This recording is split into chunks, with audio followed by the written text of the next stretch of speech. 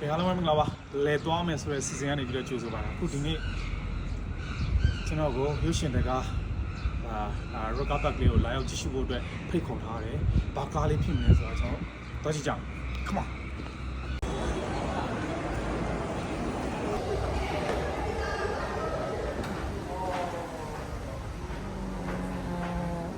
အားလုံးပဲသိကြတဲ့အတိုင်းမအေးအေးဝင်းစီစဉ်တဲ့ Director ကိုစားအောင်ဦးတရေကျော်ဆိုတဲ့ဇက်က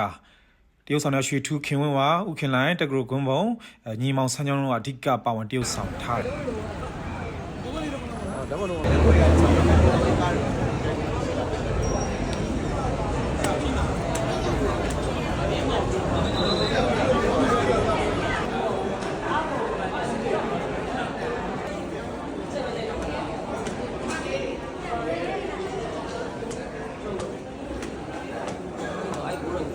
အားလုံးရဲ့ပြိသက်ကြားမှာရေပန်းစားခဲ့တဲ့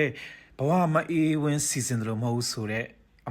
မအေးဝင်းနဲ့ကျွန်တော်တပ်ပုံသူတွေ့ရိုက်ခဲ့တယ်ချောလေးချောပါတယ်အမဒါရွှေထူးသူအင်တာဗျူးတာလေးကိုရိုက်ပြီးခဲ့တယ်ကျွန်တော်ရောက်တာနဲ့နောက်ကျပြီဆိုတော့အားလုံးလည်းထဲဝင်နေပြီဆိုတော့ကျွန်တော်လည်းသူတို့ရုပ်ရှင်ကြည့်ဖို့အတွက်အထဲဝင်လိုက်တယ်အပေါ်ထပ်မှနေရာယူလိုက်တာပါနော်လူရတော်စုံနေပြီကျွန်တော်လည်းနောက်ကျရလို့ပြောလို့ရမှာနော်နောက်